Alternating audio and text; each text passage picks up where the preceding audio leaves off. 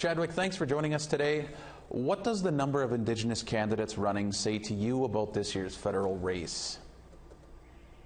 In regards to the number of Indigenous candidates running, because there's 77 running, and obviously we saw in 2019 62 and about 50 some in 2015, it shows that the number is increasing and there's more awareness and a willingness to necessarily look at as participating in Canada's federal elections as a way of being able to make change. However, how far that goes and what that fully entails is another question.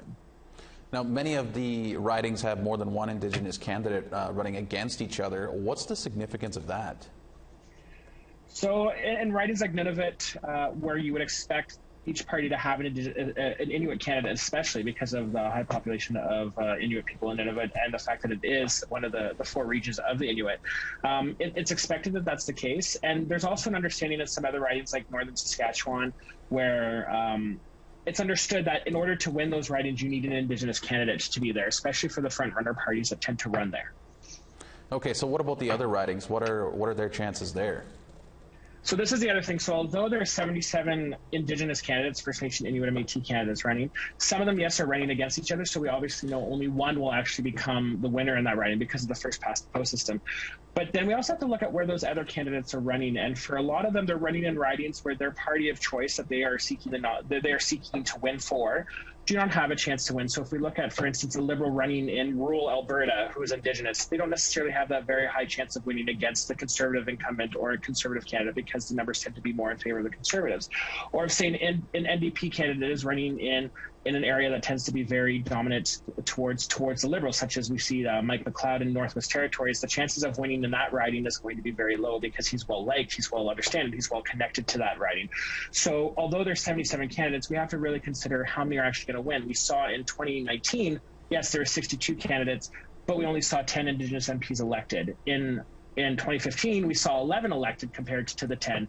I know a lot of media and a lot of individuals think that there was only 10 elected in 2015, but there's actually 11 because we're actually forgetting Randy Boissonnault, who is also non-status Cree in that riding. His family was adopted out a long time ago. But so we actually saw a decrease in the number of Indigenous MPs in 2019 compared to 2015. And again, that's also because we need to take into consideration where these Indigenous candidates are running. And in a lot of cases, many of them are running in ridings for a party that has little chance of winning that district. So, Chadwick, how would an Indigenous candidate help advance Indigenous issues if they are successful? If they're successful, we need to take into consideration, are they actually going to be at the table when it comes to decision making? So are they going to be in cabinet? So depending on whether or not it's a Liberal, Conservative, NDP government, how many of those Indigenous people are going to actually be at the center of the table where they're actually making decisions and moving forward? What ministries would they hold? How influential will they actually be able to have in that, especially convincing their parties and their party of choice that it's important to keep the Indigenous vote coming out to vote for them. That's very key for actually being able to get people out. So what it could actually mean is depending on who's elected. For their region, we saw obviously Ethel Blond and Andrew had very good, strong impact representing Northwest Territories from 88 until she lost in 2006, bringing forth that voice that needs to be for the Northwest Territories.